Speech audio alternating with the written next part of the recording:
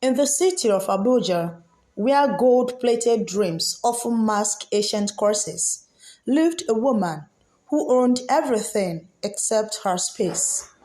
She stitched her destiny into every thread of luxury, every corset she designed for the elite. But the one corset she made for herself nearly took her soul. This is not a story, it is a warning, a tale passed down like whispers in the marketplace. If you are a woman and you value your freedom, don't ever sew that corset which you are planning to. Her name was Adamma Ijoma Nkoli, but in the social circles of Abuja, she was simply known as Lady D. By 29, she had built a fashion empire from scratch, Nkoli Couture. She dressed senators' wives, billionaires, mistresses, Nollywood icons, even foreign dignitaries. But what set her apart wasn't just her designs. It was her signature corset line, structured to snatch the waist and the wheel, as her client described it. She believed in tailoring not just fashion but power. She stitched dominance into every seam. Her motto, a woman should never enter a room quietly. Yet no one knew where she learned this. No one asked why she always wore black corset beneath her vibrant gowns. Not even her tailor. Staffs were allowed to see her fittings. Adanna guarded one room in her mansions like a fortress. The sewing chamber. Inside, she alone made one item, her own corset, hand-stitched, in silence, at midnight.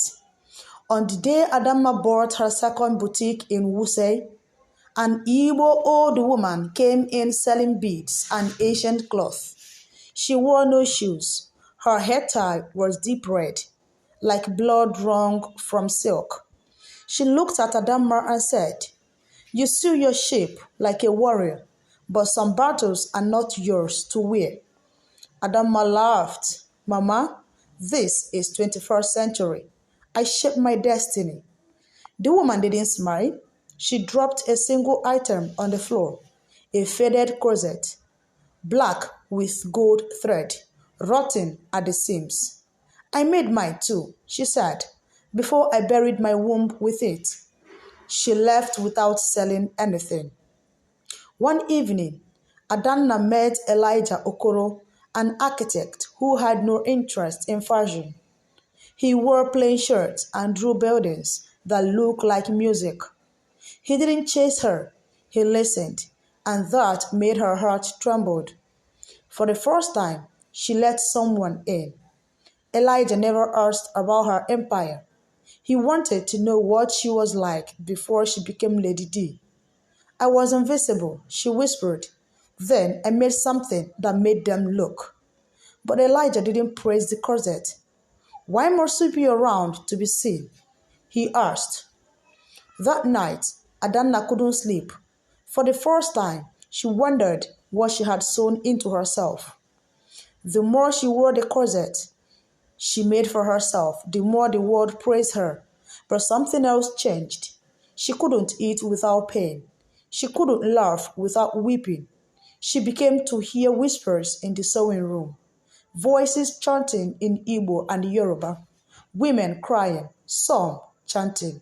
She dismissed it as stress. Elijah begged her to stop wearing the corset. "Take it off, please," he said. Even palace crumbled under too much pressure. But the corset made her feel powerful, invincible, until the day she collapsed in front of her boutique, coughing blood onto the steps like spilled dye. Doctors said it was stress. Some said fibroid. But Adanna knew something darker was at play. One night, she returned to the sewing room, the corset on her mannequin pursed as if it's alive. She tried to burn it. It didn't catch fire. That night, the old woman returned. Mama Nazo stood at her door like a ghost. "You sewed your pain into the corset. Every woman who wore it added theirs too. You didn't just build a brand, you built a shrine." Adana dropped to her knees. "How do I undo it?" Mama whispered, "You must sew it one last time, not to wear, but to bury." Adana cleared out the sewing room. She lit incense, frankincense, and bitter leaf smoke, the same her grandmother once used for protection. She wore white, no makeup, no heels, just her and the corset that had held her hostage. Each stitch she undid, she cried, not for the corset, but for the 13-year-old her bullied for being too fat, the 16-year-old her silenced during a family meeting, the 21-year-old her who was touched without consent, had told to forget. Every woman who had worn her corset hoping it would armor them against a world designed to shrink them. When she reached the final thread, the corset slackened in her hands. She drove alone at 3 a.m. to Jabi Lake and dug into the soft sand with her bare hands. No ceremony, no audience, just a woman burying her second skin. "From dust you came," she whispered, "and to dust you will return. But I'm going to breathe again." The next morning, Adana woke up in her bed and took the deepest breath she'd taken in 10 years. She made pap and akara, sat on the floor, ate without pain, without shame. She opened her boutique at noon, no corset beneath her gown. Her waist was softer, her gait freer. Her staff stared. One whispered, "She looks happier." Elijah visited that evening. He didn't ask about the corset. He just touched her hand and said, "You finally look like Adana, not Lady D." They sat in silence. She didn't need applause or praise. For the first time, her body was hers. News broke weeks later. A client accused Nkoli Couture's corset of causing long-term internal injury. Then, 3 more came forward. Some sued, others ranted online. Her lawyers wanted a rebuttal. Her PR team suggested a press conference. But Adana did something none of them expected. She agreed with the woman. She released a viral video. No filter, no glam. Just her in Ankara blouse and natural hair. "I didn't just sell fashion. I sold survival disguised as beauty. I made women feel they had to shape themselves to be respected. I was wrong. I'm sorry." The internet broke. Half praised her vulnerability, half wanted her finished. She didn't care. She had always shared the skin that needed their approval.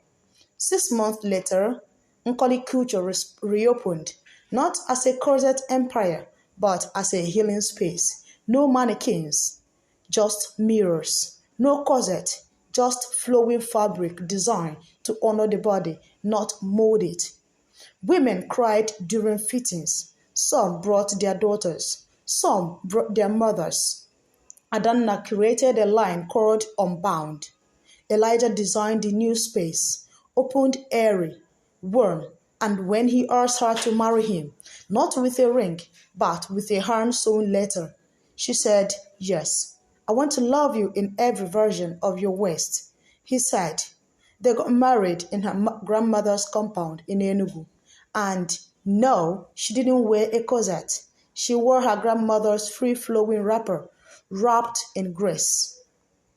There is an old proverb that says, "The thread that binds the waist should never choke the heart." Adana's story is not just a folktale. It is a mirror.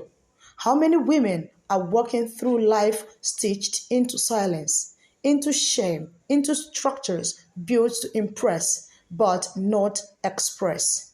Corsets aren't always cloth. Sometimes they are trauma. Sometimes they are roles. Sometimes they are lies we tell ourselves so that the world will clap.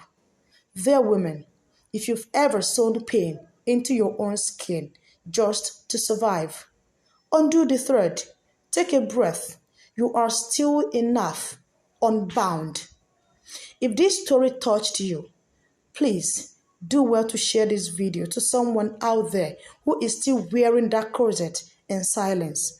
Please go down to the comment section and leave a comment below. Type, I choose freedom over fitting in. Let the healing begin, one thread at a time. Do not forget to hit the like button and also share this video so that other people can get to watch it. Thank you for always coming around. See you next time in my next video. Please do not forget to hit the notification bell so that anytime we post any video, you will always be notified.